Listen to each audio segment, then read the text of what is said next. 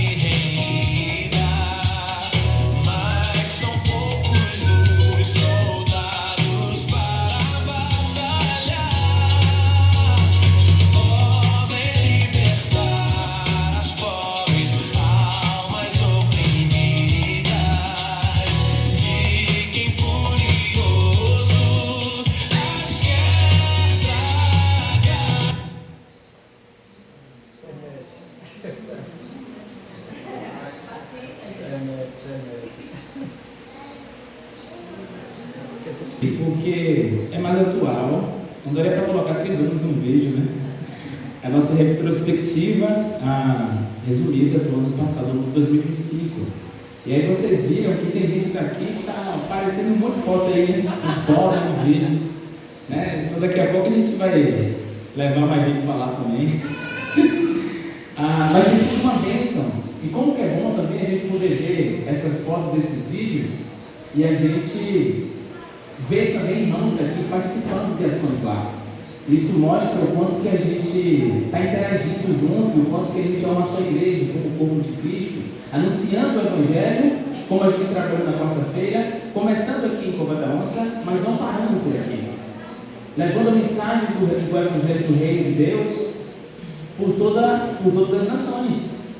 E aí, é legal a gente ver essas fotos. A gente teve o jantar de casais, que foi muitos casais não cristãos que participaram esse ano, e Tia Bibi e Carlos estavam lá juntos. A gente teve o Kids Games desse ano, o Talian e Caio foram lá também ajudar a gente. E como é bom a gente poder ver os irmãos lá.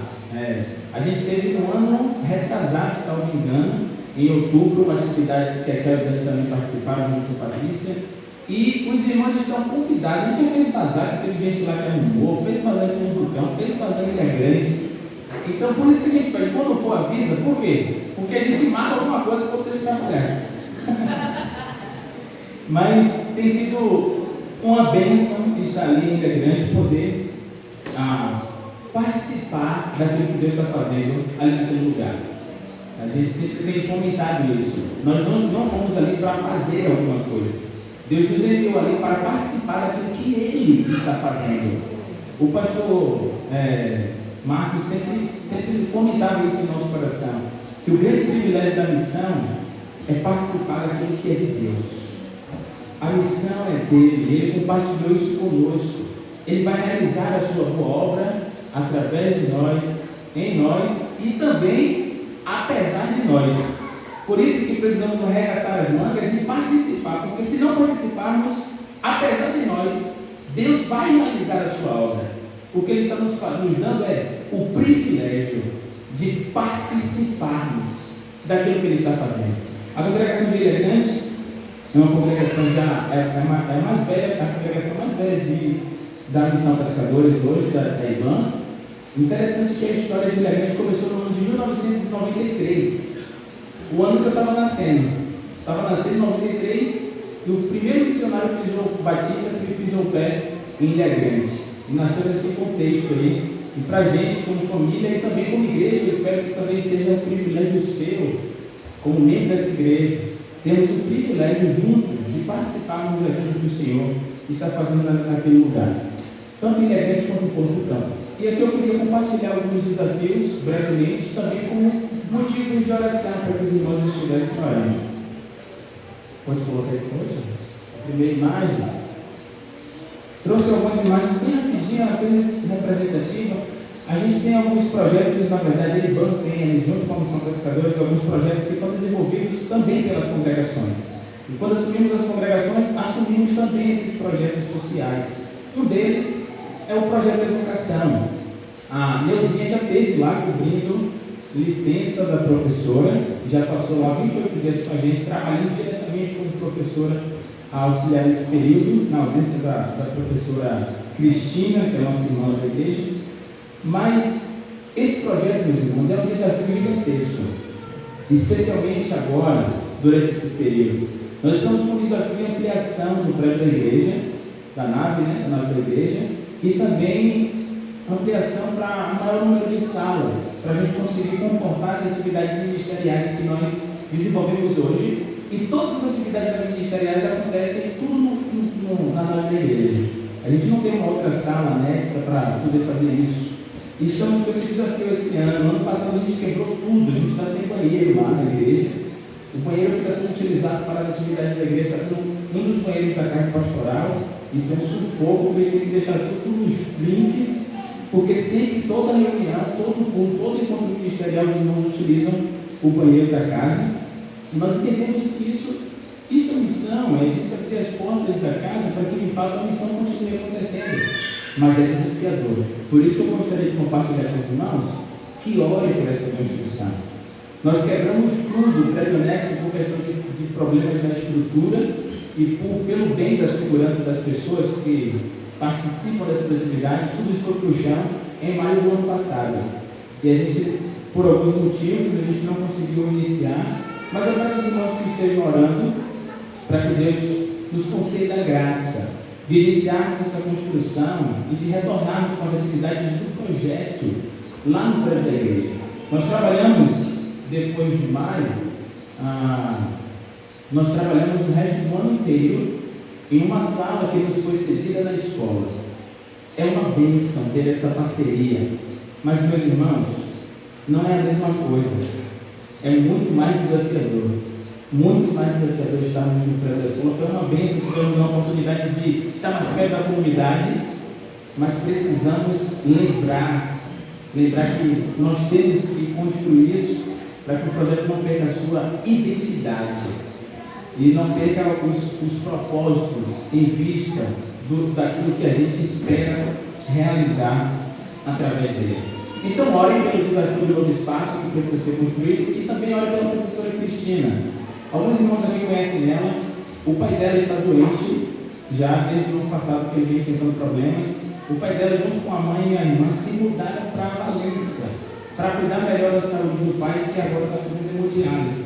Então está sendo muito difícil para ela. Ela teve que se ausentar durante o Natal e durante o Ano Novo e está em Valência até hoje, cuidando do pai. E a gente não tem nenhuma outra pessoa em vista para assumir o projeto. Ela é professora regente dessa turma. São aproximadamente 40 crianças que recebem reforço escolar, 20 pela manhã, 20 pela tarde. Eles recebem reforço escolar e também um lanche, e aí a gente dá reforço escolar, faz as atividades da escola junto com eles, dá devocional bíblica e trabalhamos em cima das necessidades específicas deles. Tudo isso é uma bênção, nos dá a oportunidade de falar do Evangelho, ter contato com os pais e com as mães, mas, de novo, como eu digo, não é fácil. Então, orem pela professora Cristina, orem por mais voluntários também. Hoje a gente funcionou o projeto, a única voluntária do projeto hoje é Cris, minha esposa.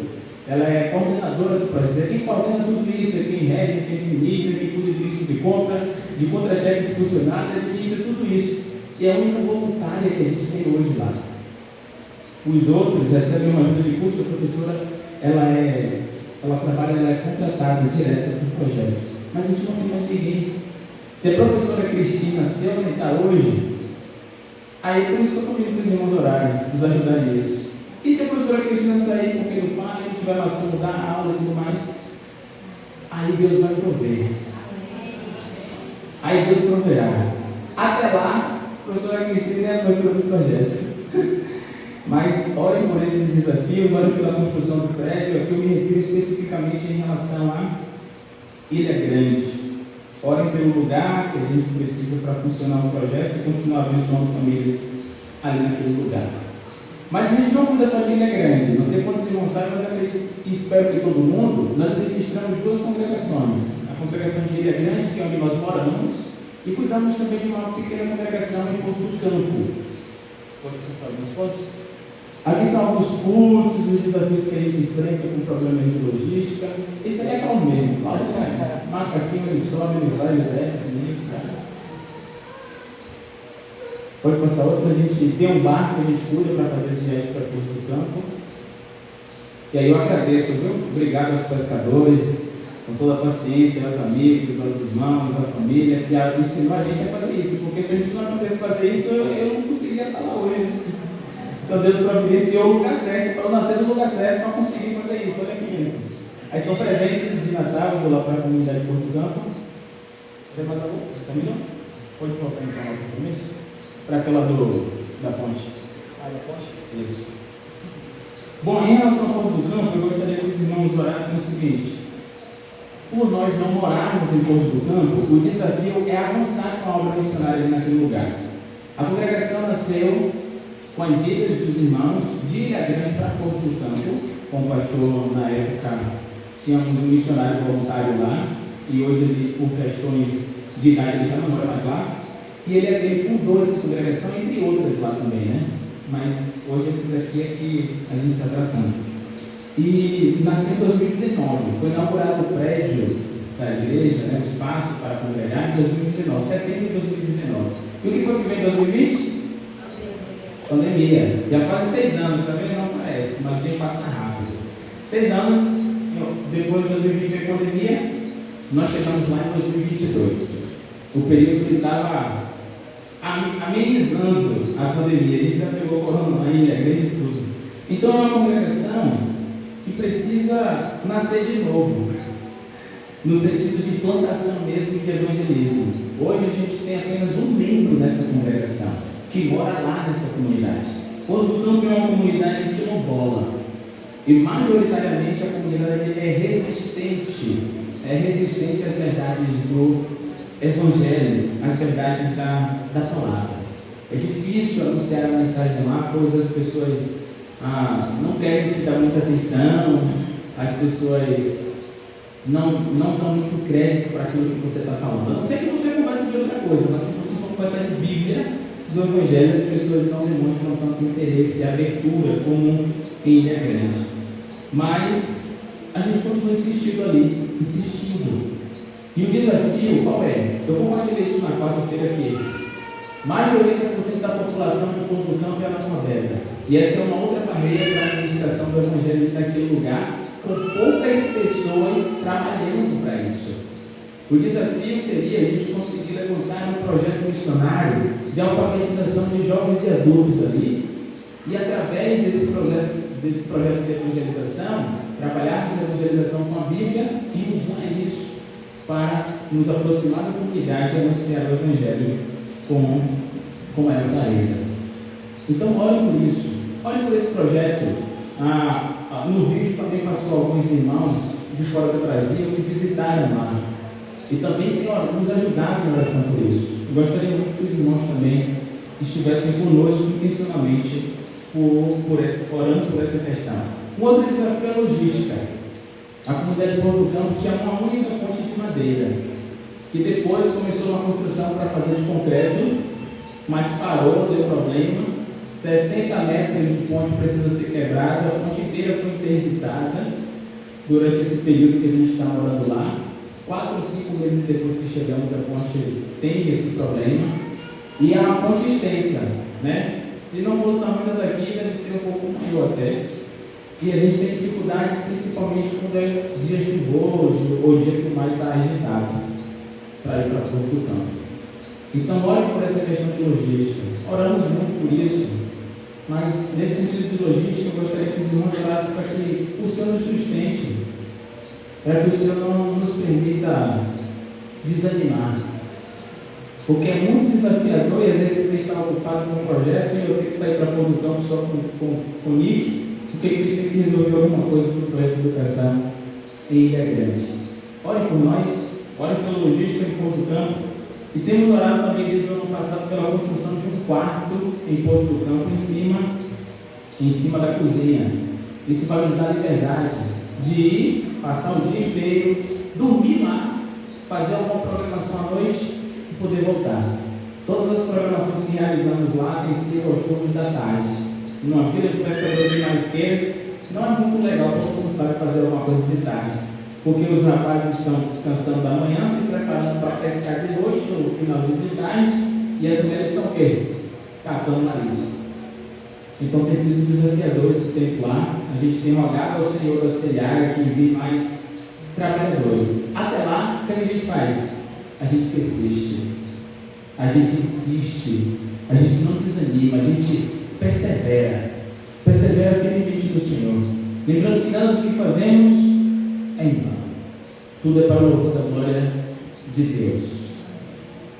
Orem por esses desafios e continue orando por Ilha Grande. Graças a Deus tem se desenvolvido bem, novos membros, novos congregados. Tivemos o primeiro batismo quase 3 anos depois que estávamos lá, por uma questão de cautela. Nick se batizou nesse batismo aí, foi um tempo muito especial para agregar esses membros em maio desse ano, e temos congregados aí sendo preparados para o batismo, se o Senhor nos permitir, ainda esse ano. Nossa oração é que Deus levante líderes, servos, que estejam dispostos a servir, tanto em Ilha Grande quanto em Porto do Campo.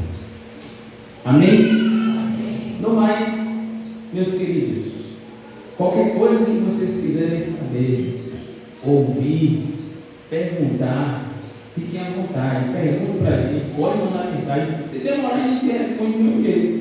A única coisa que vai acontecer talvez seja demorar um pouquinho, mas a gente responde. E quando quiser aparecer lá também, Pastor Moisés, fica aqui de novo já reforçando isso, já falei outras vezes. A única coisa que a gente pede é, fala antes, planeja, organiza, fala com a gente, e aí vocês aparecem lá, conhecer de perto um pouco mais dessa realidade. Vai ser uma bênção poder sorrir com vocês e compartilhar do ministério juntos. Amém?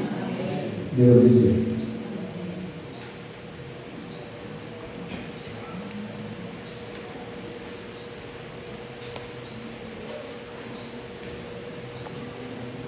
É desafio. Deixa eu orar por Cássio e Cris. Eu queria até chamar ele aqui à frente, os dois. É desafio, eu confesso que desde quarta-feira, ouvindo uns relatos aí de Cássio, o coração dá uma tremidazinha. Mas tem que se conter, né? É tanto que eu ainda não fui lá em Ilha Grande. Talvez, né, vai que eu vou e não volte mais. Então é melhor segurar um pouco, né? Segura um pouco, porque de fato o coração ele treme diante dos relatos, de saber que tem outros irmãos, outras pessoas que precisam, que carecem, né, do Evangelho. E esse é o desafio, né, de Deus para as nossas vidas como igreja. Não é a gente se acomodar onde a gente estamos, né? E nós somos chamados a isso, a fazer missão. É um desafio. Mas o coração ele treme, eu confesso aos irmãos.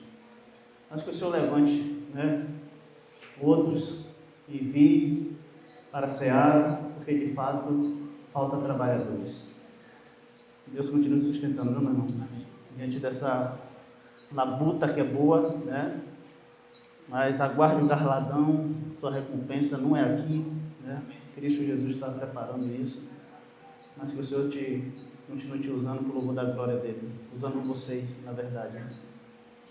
Deus, nós te rendemos graças, nós te louvamos pelos desafios, né, que Cássio, Cris, sua família tem enfrentado, mas ao mesmo tempo nós rendemos graças, Senhor, porque o Senhor tem sustentado, o Senhor tem sido com eles, o Senhor tem, ó Deus, feito com que as coisas elas acontecessem da forma que o Senhor quer.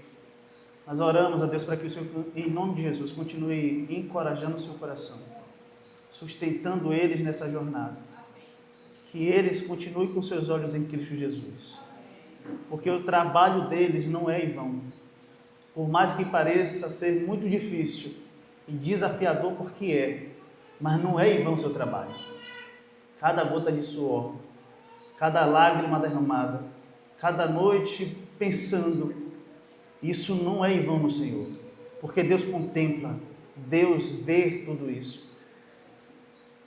E é certo, sim, que o melhor para essa família já está preparado, porque não é nessa terra, é nos céus. Então continua fazendo dessa família um instrumento, ó Deus, de uso, de honra, para a glória do nome de Cristo Jesus. Que o Senhor continue levantando pessoas ali naquele local, continue levantando homens e mulheres de Deus, com o coração na obra do Senhor, e que esteja disposto a servir, independente da área que esteja, ou que o Senhor o chame, mas que o seu coração se submeta em obediência ao Senhor. Nós te louvamos, ó Deus, por tudo que o Senhor tem feito, apesar deles e por meio deles. Que o Senhor continue com a tua obra maravilhosa naquele local e que eles continuem sendo usados pelo Senhor. Assim nós te pedimos, ó Deus, em nome de Cristo Jesus. Amém. Amém. Louvado seja o Senhor. Irmãos, nós iremos passar por um momento da entrega dos dízimos e das ofertas. Nós iremos entoar o refrão, né, da música, e os irmãos que trouxeram o seu dízimo, suas ofertas, podem ficar à vontade de trazer cá à frente, tá bom? pegar do começo e cantar só uma parte do refrão. Vou deixar na cruz logo. Vou deixar na cruz logo. Vou deixar na cruz o quê? É, poxa. Ah, não. É Vou como pegar mesmo. de olho para cá.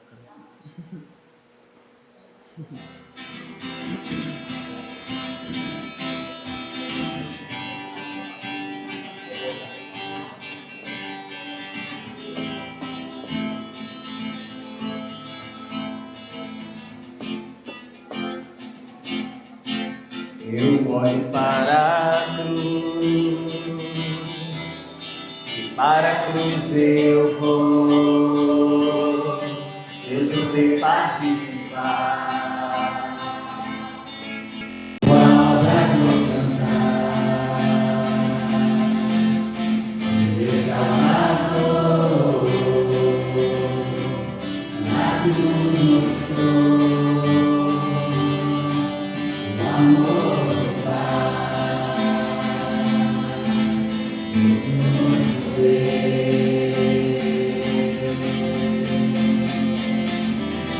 Pela cruz me chamou, gentilmente me atraiu, sem palavras me aproximo, quebrantado por seu amor.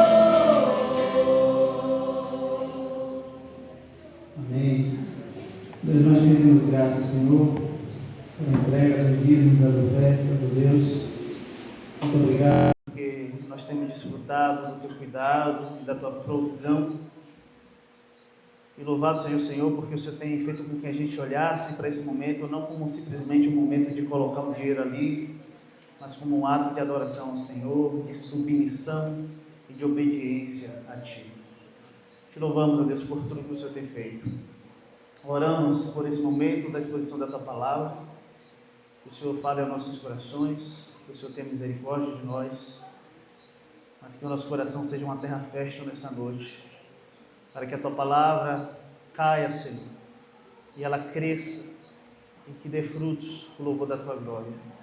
Assim nós te pedimos e oramos, em nome de Cristo Jesus.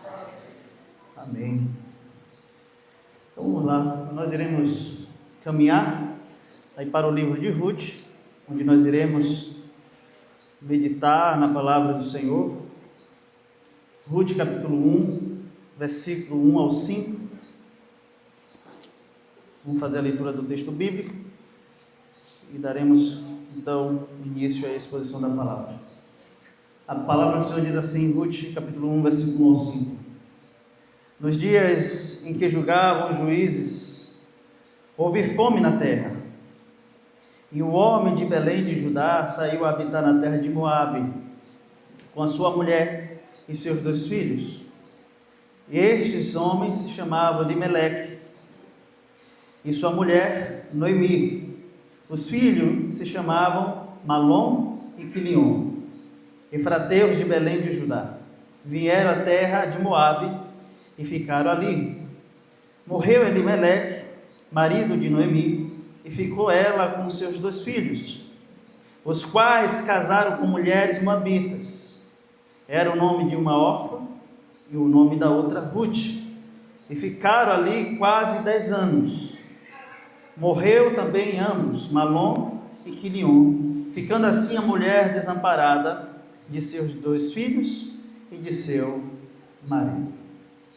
O contexto desse versículo que nós acabamos de ler é que Elimeleque ele toma a decisão de sair de Belém, de Judá, com a sua família para Moabe. Isso por consequência, então, aí da fome que estava tendo aí em Belém. A estrutura, então, do texto do qual nós iremos trabalhar ficou dessa forma, do versículo 1 e 2 e do 3 ao 5. O primeiro ponto que nós iremos ver é a decisão tomada mediante um momento difícil que estava passando. Versículo 1 e 2. E o segundo ponto é o sofrimento pelas pessoas amadas. A grande ideia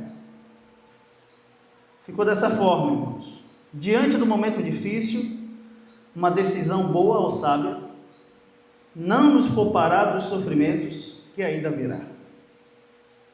uma decisão tomada, né, seja ela boa ou sábia, essa decisão ela não vai nos poupar do sofrimento que ainda virá. Isso é um fato. A primeira pergunta que surge para nós é: você já parou para tomar alguma decisão que era difícil?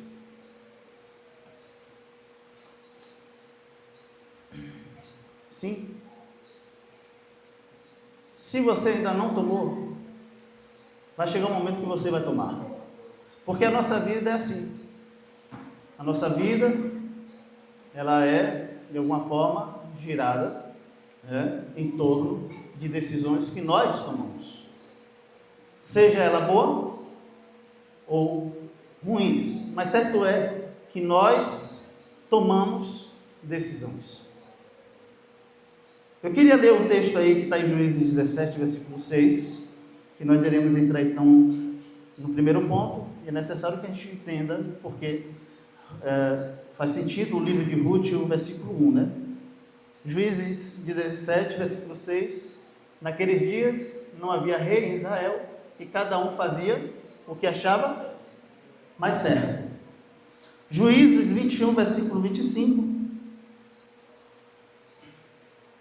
naqueles dias não havia rei em Israel e cada um fazia o que achava mais certo. Então a crise aqui que está acontecendo não é só uma questão da fome em si, mas uma questão de crise política, né? De liderança. Então o povo fazia o que bem entendia, o que achava certo aos seus olhos, né? Porque não tinha alguém ali que direcionasse, então, para uma decisão certa. Estes versículos, ele descreve, aí Juízes, a narrativa, né, da falta de liderança centralizada em Israel durante esse período de Juízes.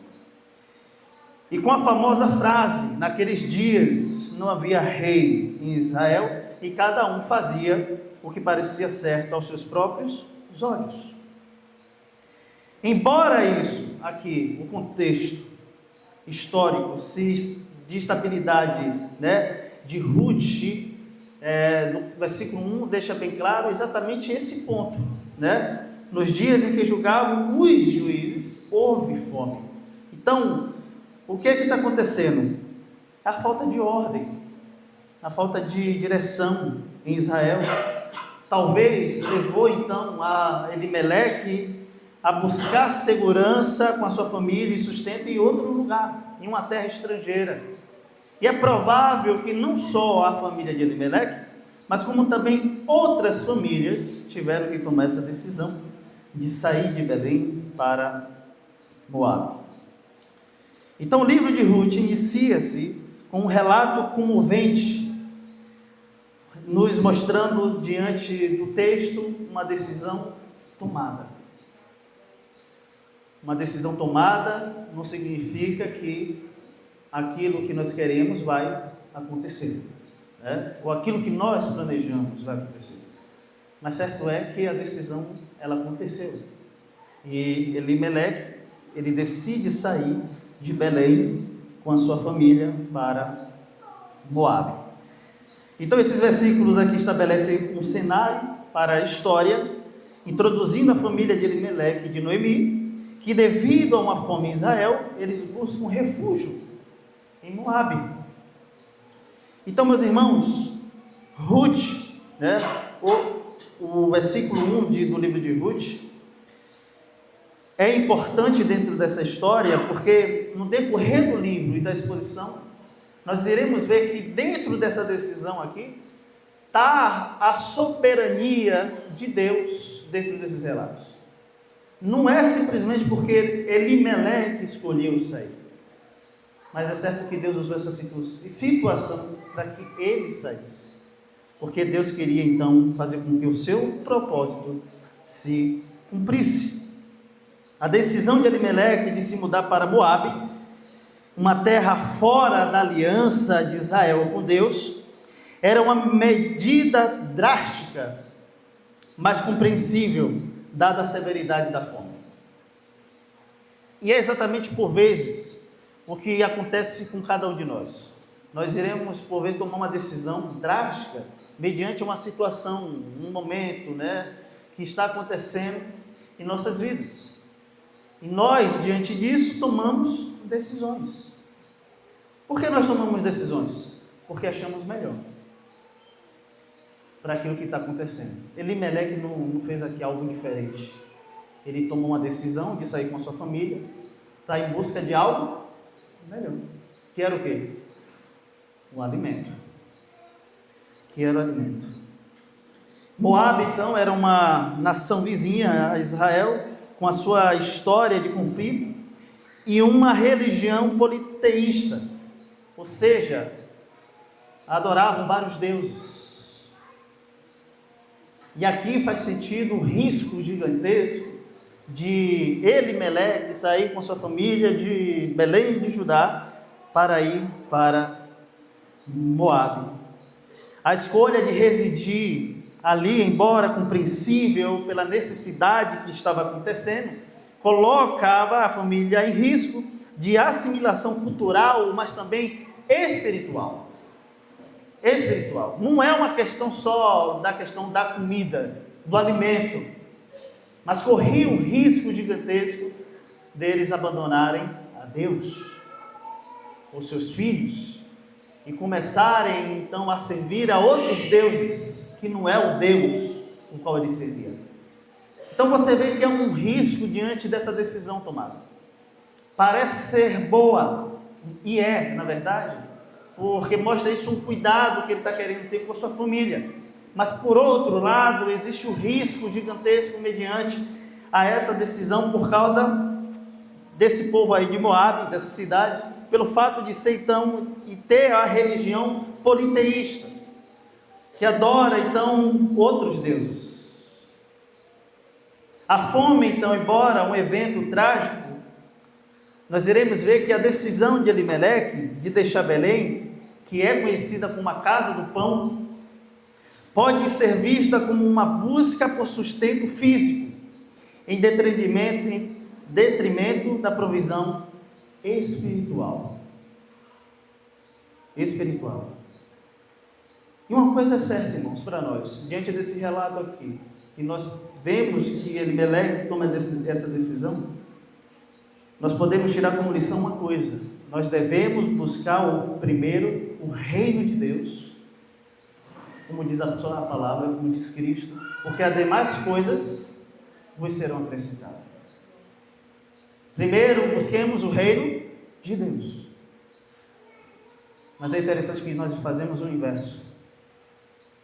Primeiro, o que eu quero. Depois, aí eu vou buscar, fazer a vontade de Deus, o reino de Deus. Mas só que Jesus nos ensina que nós devemos buscar primeiramente o reino de Deus, porque as demais coisas vos serão acrescentadas. Mas nós precisamos, diante disso, também confiar na provisão de Deus, em vez de comprometer nossos valores espirituais em busca de soluções temporárias. Elimeleque tomou uma decisão de sair com a sua família de Belém para ir para Moabe. Talvez, por vezes, nós abrimos mãos de vir para a igreja por uma questão de trabalhar, porque nós não queremos confiar na provisão de Deus, nós não queremos confiar no cuidado de Deus. Eu não estou dizendo aqui que você deve ficar em casa de pernas para cima, pelo contrário, eu estou falando em questão de cultos, de atividades que acontecem, e por vezes você decide abrir mão por uma questão de seu trabalho, e seu trabalho ele não é mais importante do que a sua vida com Deus. Apesar de que nós precisamos do pão de cada dia, mas nós precisamos sim da palavra do Senhor mais do que isso. Por isso nós devemos buscar o reino de Deus e crer e confiar que as demais coisas Deus irá prover. Deus irá prover para nós. A fé em Deus, então, irmãos, não significa ausência de dificuldade. Pelo fato de nós sermos cristãos, pelo fato de nós professarmos a nossa fé em Jesus, dizer que crê em Deus, nós não iremos ser livrados do sofrimento. Como nós vimos de manhã, faz parte do plano de Deus o passarmos por isso. mas a confiança de que Ele pode usar até mesmo as nossas fraquezas e os nossos erros para cumprir os seus propósitos. Foi uma decisão que Elimeleque tomou aparentemente boa? Sim, foi uma decisão. Mas Deus usou isso para cumprir o propósito de quem? De Elimeleque? Não, o propósito dele. E Deus, às vezes, Ele pode fazer isso na minha e na sua vida, mediante uma decisão errada que nós tomamos. Deus pode transformar isso em algo bom, não é? Porque Deus é gracioso. Agora, nós não devemos ficar tentando o nosso Deus. Isso não. Permaneceremos pecando para que a graça de Deus, né, superabunde? De forma nenhuma. Por isso existe a oração. E esse é o ponto da nossa vida. Porque a palavra vai nos levar e nos mostrando que a oração é a base para fazer-se conhecida diante de Deus aquilo que nós pensamos e queremos, ou as nossas decisões. A oração é o ponto fundamental para isso. Às vezes tomamos decisões precipitadas, sem consultar a Deus, sem colocar diante de Deus. E quando as coisas dão errada, aí a gente quer voltar para o Senhor. Mas na verdade deveria ser o contrário. Primeiro nós deveríamos colocar diante do Senhor e recorrer a Ele, à vontade dEle. Se for, eu vou. Se não, eu fico. Mas decisões, elas precisam ser pensadas. As decisões não devem ser tomadas de forma avulsa. Não é de qualquer jeito.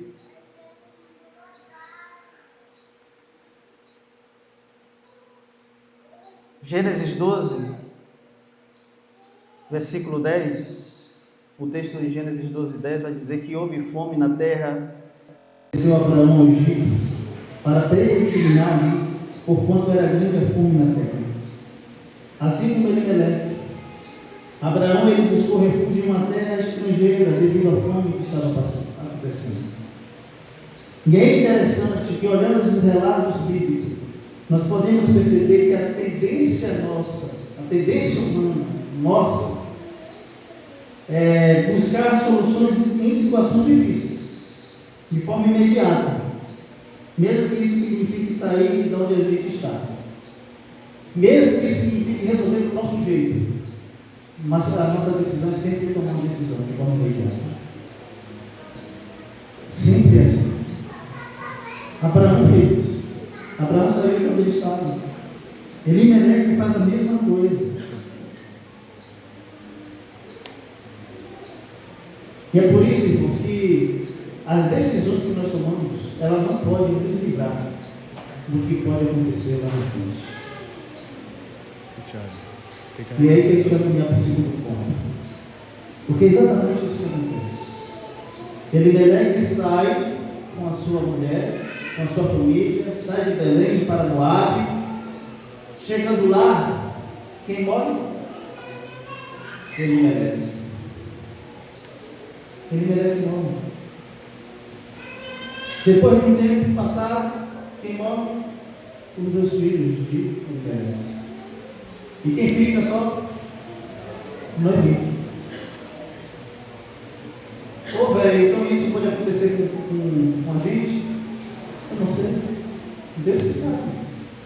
Mas certo é que esses relatos são com pessoas comuns como nós, mas que aconteceu. Então o segundo ponto é que o sofrimento pelas pessoas amadas. É exatamente isso que nós iremos ver. A morte de Elimeleque não é apenas uma informação factual, mas é o catalisador que lança Noemi e seus filhos em um caminho de dificuldade extrema, forçando A buscar refúgio em Moabe, em uma terra estrangeira, e subsequente enfrentando mais perdas ainda. Então, ou seja, a perda de uma pessoa desestabiliza a estrutura de qualquer família. Principalmente se for ela o provedor.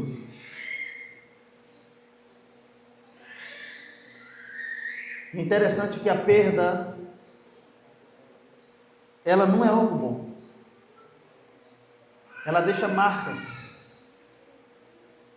Ela causa dor,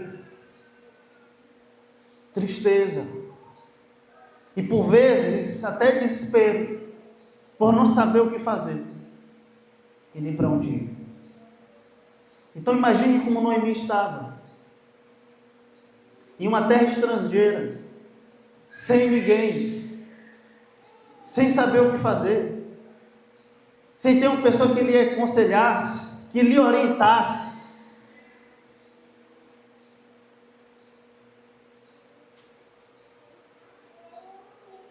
E dentro desse relato, aqui, das perdas, aqui no versículo 3 ao 5, é importante nós entendermos que Deus, ele não causa necessariamente o mal. Deus não faz isso. Mas Deus permite que ele ocorra. E muitas vezes como consequência do pecado. Do pecado. Deus não permite, né, ali que o mal aconteça. Não, Deus não causa necessariamente o mal, mas Deus permite que aconteça. E por consequência, por vezes, o que nós colhemos, o que a gente planta. E o texto, o livro de Ruth, ele é fantástico. E lá na frente nós iremos ver, principalmente para vocês novos, que pensam em se casar, que pensam em ter uma família, né? Esse livro aqui é fantástico para isso. Para orientar decisões que precisam ser tomadas de forma certa, não de forma precipitada. Mas às vezes a gente colhe o que a gente planta. Os nossos pecados.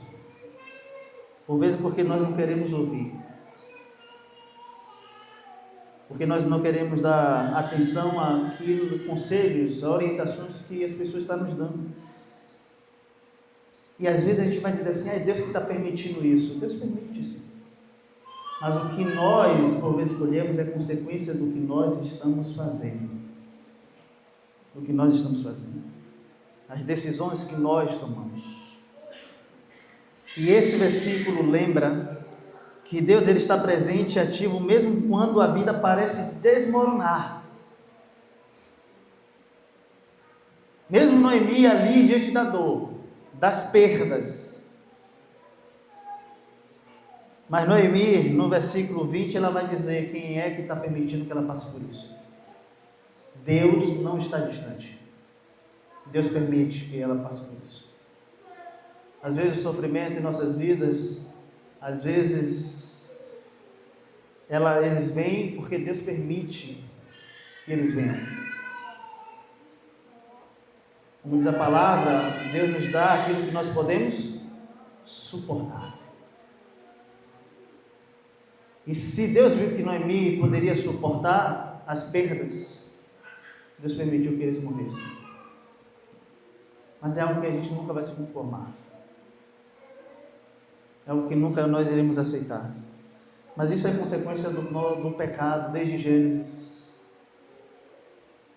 Irmãos, Deus, ele trabalha através de pessoas comuns, em circunstâncias difíceis, para cumprir o seu plano redentor. E aqui dentro do relato do sofrimento de Noemi, eu queria muito que eu e você, com a graça de Deus, olhasse para esse sofrimento e lembrasse que o que nós passamos também tem um propósito de Deus nisso. Não é à toa o sofrimento em nossas vidas. Não é à toa as crises, os problemas. Pelo contrário, Deus sabe o que faz. E nós não sabemos o que dizemos. Deus sabe o que faz. Jó, capítulo 1, versículo 21, o texto que nós vimos pela manhã, Jó vai dizer assim: no saí do ventre de minha mãe, e no tornarei para lá. O Senhor o deu, o Senhor tomou. Bendito seja o nome do Senhor. Jó, diante dessa fala, ele reconhece que Deus ele é soberano sobre a vida. Mas não só sobre a vida, como Deus ele é soberano sobre a morte. E que todas as coisas vêm dele. E como vai dizer Colossenses, e para ele são todas as coisas. E para ele são todas as coisas. Esse relato nos lembra que o sofrimento não é necessariamente um sinal de desaprovação divina, mas uma oportunidade para demonstrar nossa confiança em Deus. Deus usa momentos assim para que a gente possa confiar nele e não em nós.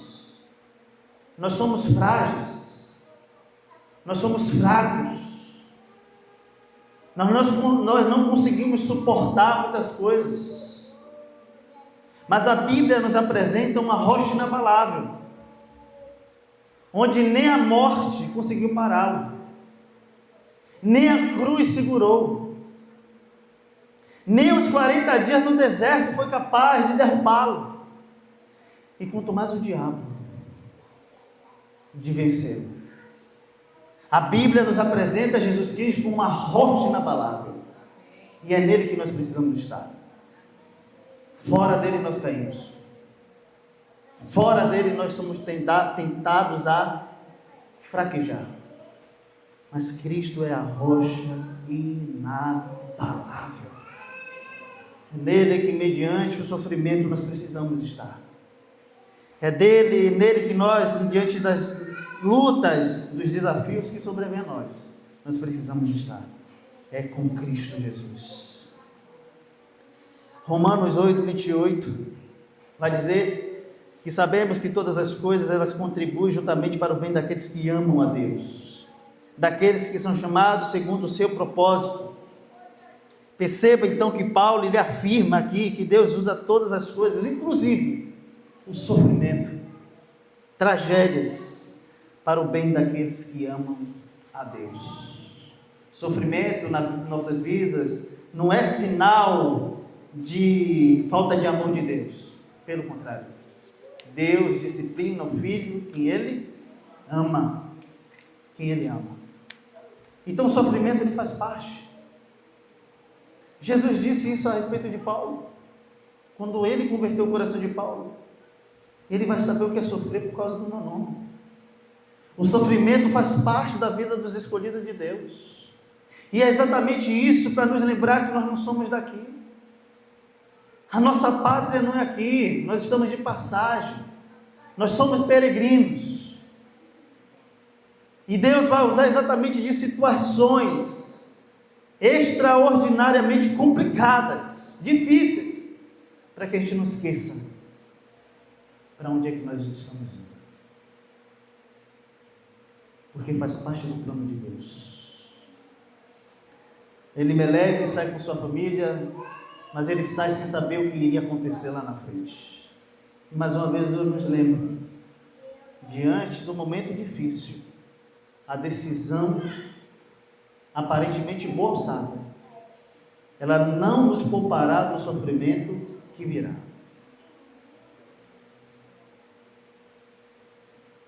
Talvez seja isso, talvez o momento que você esteja passando, que eu estou passando, seja esse momento difícil, complicado, mas não é uma decisão que vai nos livrar disso, não é uma decisão que vai fazer com que a gente não sofra lá na frente, não é. E eu não estou dizendo aqui a você que você não deve tomar decisão, você deve tomar decisão, porque nós precisamos tomar decisões, mas o que nós precisamos entender é que essa decisão não vai nos poupar de passar por sofrimento lá na frente. O que nós mais vemos isso, e aqui a gente desfruta e já viu isso, quantas pessoas não saíram de cova da onça? E quantas pessoas ainda querem sair? É errado? Não. Não é errado. Mas a questão é, saindo de Valadão ou não, o que pode acontecer não vai mudar. O que vai acontecer lá na frente não vai mudar por causa de uma decisão que a gente tomou hoje. Mas não fique com medo de tomar decisões. Lembre, a minha, a sua decisão, querendo ou não, Deus ele vai orquestrar dentro do propósito dele. Ele sabe o que faz. Ele sabe o que faz.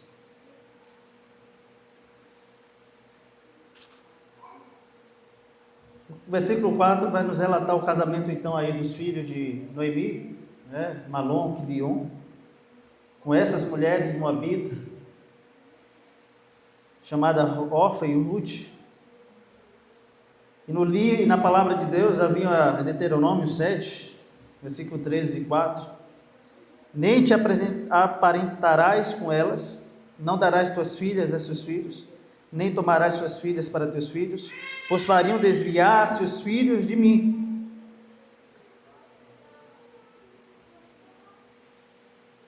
Ainda existe crente que acredita no relacionamento de crente com não cristão. E aqui eu não estou falando para você que já é casado há muitos anos. Pelo contrário, você que já está, permaneça. Mas os solteiros, a tendência por vezes, e olha o texto de Deuteronômio aqui, 7. Por que Deus não queria? O risco era gigantesco dessas mulheres levarem os filhos de Deus para onde? Para se afastar do Senhor, para distante. Ah não, mas eu consigo fazer com que ele se volte para Deus. Eu não sabia que você era o Espírito Santo. Não sabia que você tinha esse poder de fazer o que Deus faz. Mas é uma armadilha terrível, gente. Terrível. Então veja só, era uma ordem, está na palavra de Deus, não podia. O que é que Malom e Quilion faz? E aqui o que a gente pode aprender e ver de forma bem clara é que Deus, em sua providência, usa essa união para trazer Ruth, uma gentia, para a linhagem de Davi. Queria lá, para quem? No final, Jesus. A história de Ruth demonstra a graça redentora de Deus, que se estende além das fronteiras de Israel e lança aqueles que buscam refúgio, que alcança aqueles que buscam refúgio nele. O que a gente vê aqui é a graça de Deus rompendo essas barreiras. Ruth era uma moabita, Ruth não fazia parte, mas o que é que Deus faz? Essa daqui.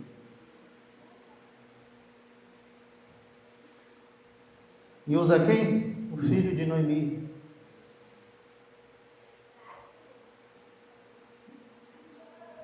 A presença de Ruth na genealogia de Jesus demonstra que a graça de Deus transcende as barreiras étnicas e culturais e que Ele pode usar pessoas de todas as nações e cumprir o seu propósito. Deus faz isso.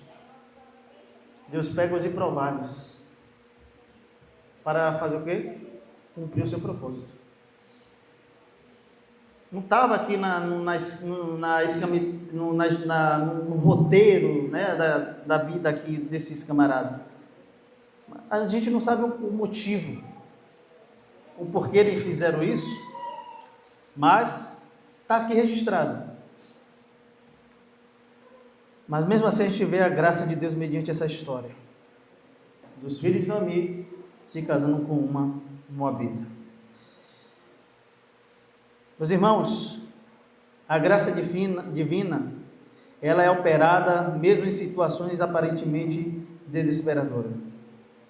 O que parece que não tem jeito, Deus resolve. O que para o homem é impossível, para Deus é possível. O que nós não conseguimos fazer, Deus faz. E é por isso que nós precisamos confiar na soberania de Deus. Confiar na provisão do Senhor, confiar nos cuidados dele, mesmo diante das nossas lutas, nossos desafios. Deus é soberano. Então, diante dos momentos difíceis, uma decisão boa ou sábia não vai nos poupar dos sofrimentos que ainda virá.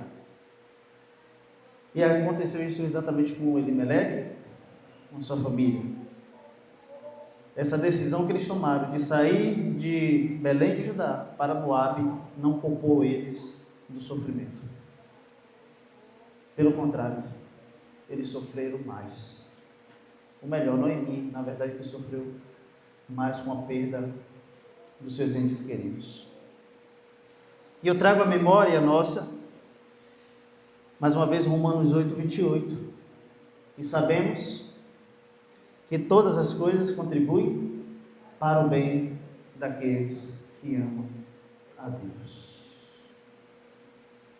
Todas as coisas contribuem para o bem daqueles que amam a Deus.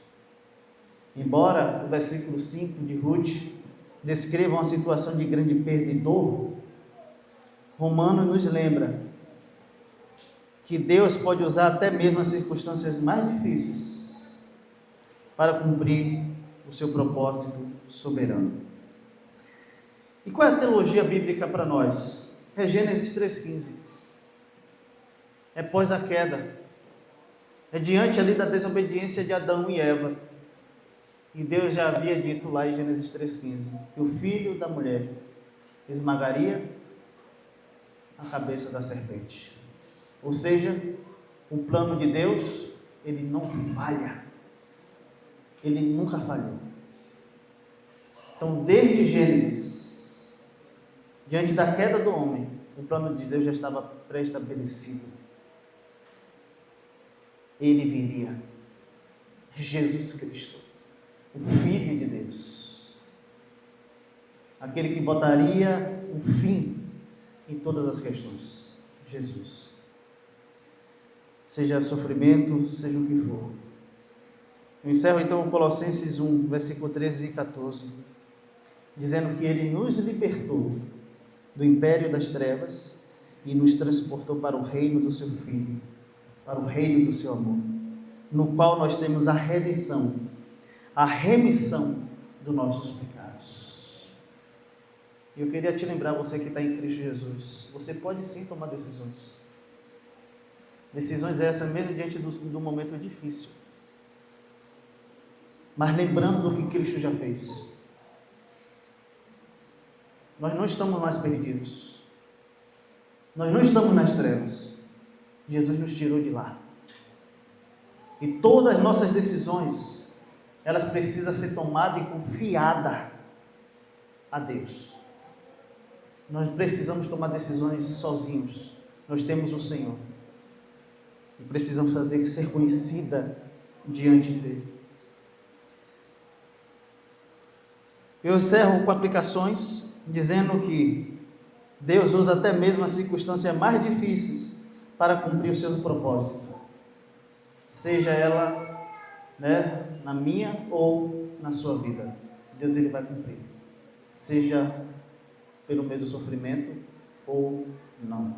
Deus vai cumprir o propósito dele.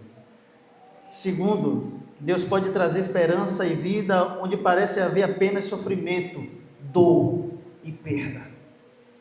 Deus traz esperança. Deus faz a sua luz brilhar. E é mais ou menos isso que a gente vê nesse primeiro cenário. Um momento de perda, de dor e de sofrimento. Se a gente fosse parar aqui, dizer assim, é o fim, não tem solução. Mas ainda há continuidade nesse texto. Eu creio que Deus ainda há de falar muito nos nossos corações. Terceiro, a graça de Deus é suficiente para nos redimir e nos usar para o seu propósito, mesmo diante das nossas decisões erradas. Deus ele pode nos usar mediante a sua graça. Quarto, a história de Noemi e Ruth nos encoraja a confiar em Deus mesmo quando não entendemos os seus propósitos, sabendo que Ele está trabalhando para o bem daqueles que confiam nele. Para o bem daqueles que confiam nele. Eu queria convidar você a ficar em pé. Nós iremos entoar mais um cântico.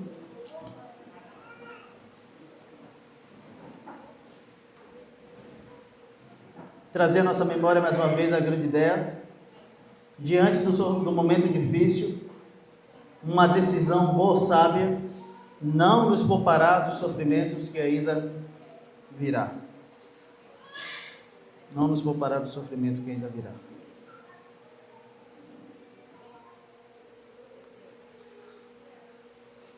Que o Senhor, em sua infinita graça, nos ajude a vivermos para a glória do nome dEle.